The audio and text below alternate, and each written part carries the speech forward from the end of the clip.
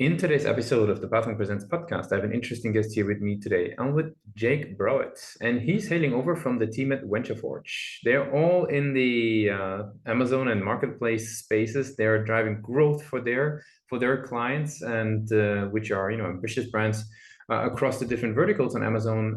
And today we want to really deep dive into, right, obviously, what the folks are doing at VentureForge, but also how they're thinking about growth for their company. So, Jake, welcome to the show. Thanks a lot, Lucas. Great to be here. Of course, yeah. So maybe give us a brief overview. What is VentureForge all about in your own words? So VentureForge, essentially, we are a global marketplace agency. We really focus in on the Amazon marketplace and that ecosystem. And our goal and what we do is help brands accelerate their growth, revenue, and further to that kind of brand awareness on Amazon across multiple marketplaces and locations and territories. Mm-hmm. So you're saying, Amazon players, like what types of companies would that typically be? Are we talking larger scale companies, smaller businesses? Is it specific verticals that you're focusing on? Maybe give us a bit of an overview. Who's an ideal fitting client for VentureForge? I think within our own sort of business model, we have a range of different clients on Amazon because we have different specialties within the team as well. So we have clients at various stages in their life cycles, whether they're new to market products, where they perhaps using Amazon as a great customer acquisition tool and launching products, as well as much more mature brands, which are some more household names at a much larger scale, and international companies where they just need that extra step to help, push their efforts onto Amazon marketplaces. Very good. Now, who within those organizations who typically say we need something like VentureForge, like what's the point in time where they say, their own organic growth that they were able to generate doesn't really, do it anymore for them? Like, what's that point in time? What is a sort of moment of realization, and who would then reach out? Is it the business owner? Is it the marketeers of those businesses? Yeah, it tends to be a range. I think where people or some companies realize that they need to sort of the specialties within an agency is possibly when they've had a go at Amazon themselves. They've perhaps got generally an e-com team, and then it's a point when they realize how different of an ecosystem Amazon is, how strict it is with rules, how the everything's very rigid. Amazon can be very convoluted to an outsider without experience, and it's very much different to standard e-commerce on their own platforms, and that's the point at which they can kind of they realize that there's a gap in the skill sets needed, and the options they have then would be to almost retrain an entire team or recruit another team that had a specialty in that, or then come to us as an agency which have in-house all the specialties needed as well as the experience on Amazon to sort of really push it and take it to the next level. And then in terms of who's reaching out to us, that really depends on the size of the business as well. So some of the smaller brands with the newer may have people in the business who are the business owners who kind of wear a few different hats across the business, and they'll reach out whether they've got a personal connection with people from the team on LinkedIn, or if they're a larger business, then they'll have specific people in that business whose job it is to do a cost benefit analysis of different resources and weigh up those options of agency or looking at in-house. Very good. Now that makes a lot of sense. Now, what would you say? How do these folks learn about you guys? I mean, they don't find you on Amazon, I assume. So how did they find you guys? Funny you should mention that, actually, Lucas. That's one of the changes that Amazon have kind of pushed for this year. They do actually have, and they've introduced a partner directory. So we are actually, as part of the agency, we meet the criteria needed to be included in that directory. So it's a feature that has been around for a little while, but not very robust and doesn't work very well. But so that is one way that they can find us, and something that Amazon's certainly pushing, and an accreditation we're very proud to be a part of as well. But as that continues to grow, then the common ways that we're found, we have an outbound sales team that following outgoing sales leads, as well as that we're very active in our outbound sort of marketing and a soft touch approach through LinkedIn, attending various events around the Amazon ecospace, expos, and sort of trying to provide that sort of quality and value for businesses, with informative postings, blogs, etc., that tends to attract a lot of attention and sort of get our name, familiar with brands. Mm-hmm. No, that makes a whole lot of sense. Now, what do you think your website plays? If we head over to your page, ventureforge.co.uk, like what role does it play in their buyer's journey in getting to know you guys? I think the website, we try not to, really overload customers with every single piece of information. The website is very much our online sort of business card, like in a welcome page. So I think what we try to do is really be concise with the website, highlight what our strengths are, really, push our brand message, what we stand for as a brand, if it's our, innovation or bold integrity. And then, of course, it's important then that we, put forward some of our case studies, some of the larger brands that we work with, just to give any potential new brands that sort of, accreditation for us and that belief in us that, where we've sat and share some of the successes we've had already. And then, we use that to start the conversation where we get a lot more in depth and get, some face-to-face time with the brands. And a lot of folks that we have on the show, they always sort of, they're never content with their page, right? There's always a work in process.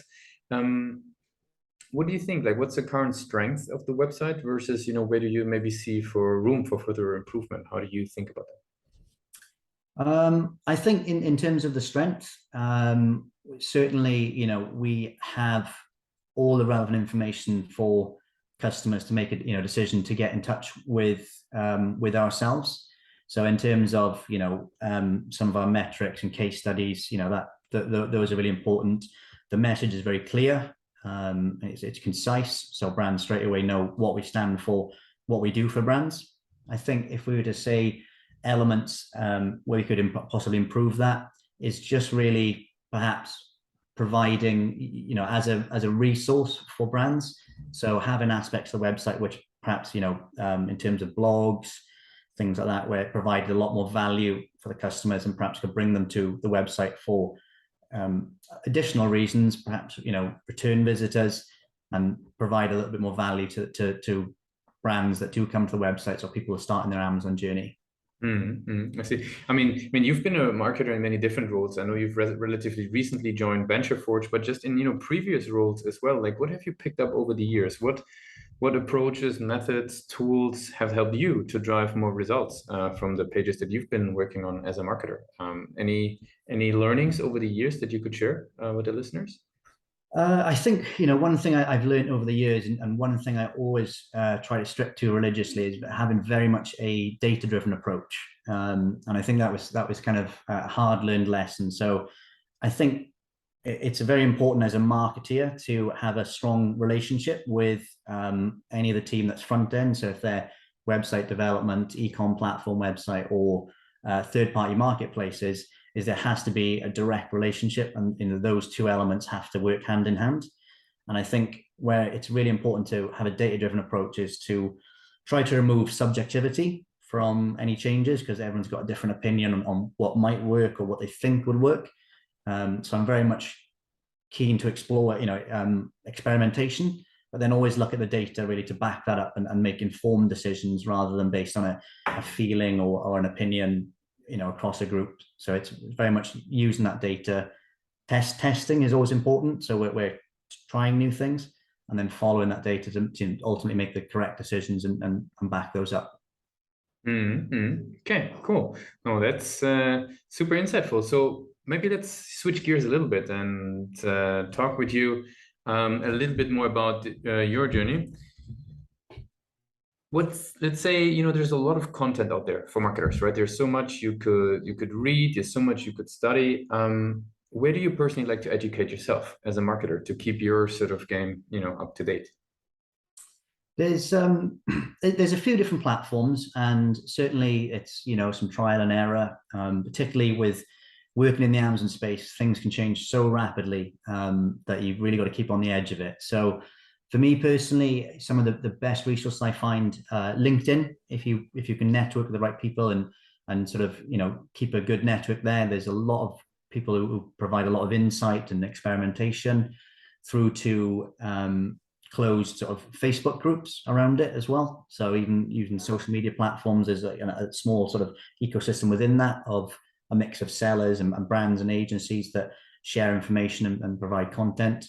And then it's just finding, certain podcasts can be very useful as well, newsletters, but it's sort of weeding out the ones that maybe are a bit more generic and not as useful, so you're not bombarded with noise, and finding out the people that really focus in on new cutting edge innovation. So those are the main platforms I would say. Sort of certain podcasts, LinkedIn, and some Facebook groups are really useful. Very cool. To wrap it up for today, I have some rapid fire questions. Are you ready for those? Absolutely. What's the last book that you read?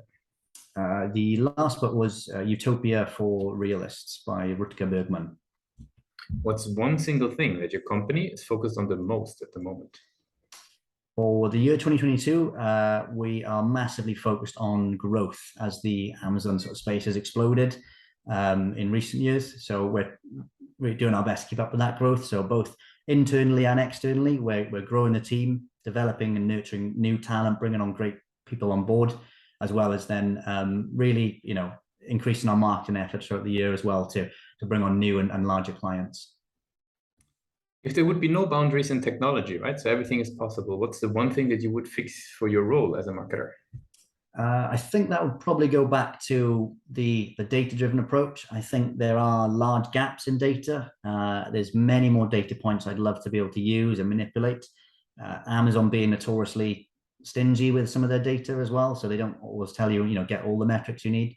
So I think that would be really helpful. There's just filling in those gaps of different data that we'd like to have to make better decisions.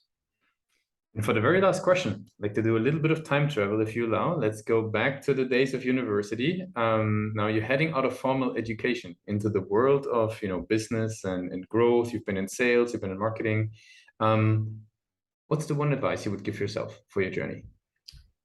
I think if I could go back in time and something that's developed over time would essentially be to perhaps be a little bit bolder and try to innovate more. So early on, I think when you start out in a career, it's very, very normal to follow what works and follow the status quo and kind of stick with the rules that exist. But I think as I've developed and you build skill sets and confidence, is to try and experiment more, be a bit more of a pioneer and be on the cutting edge, and rather than sort of following what works, is perhaps be a more of a thought leader in that space and trying things out and see what works. And even if not everything's going to work, you're going to get some wins through that as well. So I think definitely experiment more and don't be afraid to make some bold decisions and use some trial and error to figure out what works. Okay, thanks a lot for being a guest on Pathwing Presents. I want to give you the very last word. If somebody would be forgetting all that we discussed about Venture Forge today, what's the one thing that they should remember? I think definitely if any brands are currently on Amazon or considering working on Amazon, I think there can be a thought around an automatic no to looking at an agency. But I think, again, it's looking at the data and sort of discovering, what can be done for those brands. So part of onboarding any brands is we do a massive research piece to really, explore the potential on Amazon. So it's a case of just exploring those options, seeing what works for them financially, and then working with a brand that stands for sort of bold integrity, innovation, and ultimately growing sales and maximizing profit on Amazon for them. Very good. Jake, thanks a lot for joining Pathwing Presents with us today. Thanks a lot, Lucas.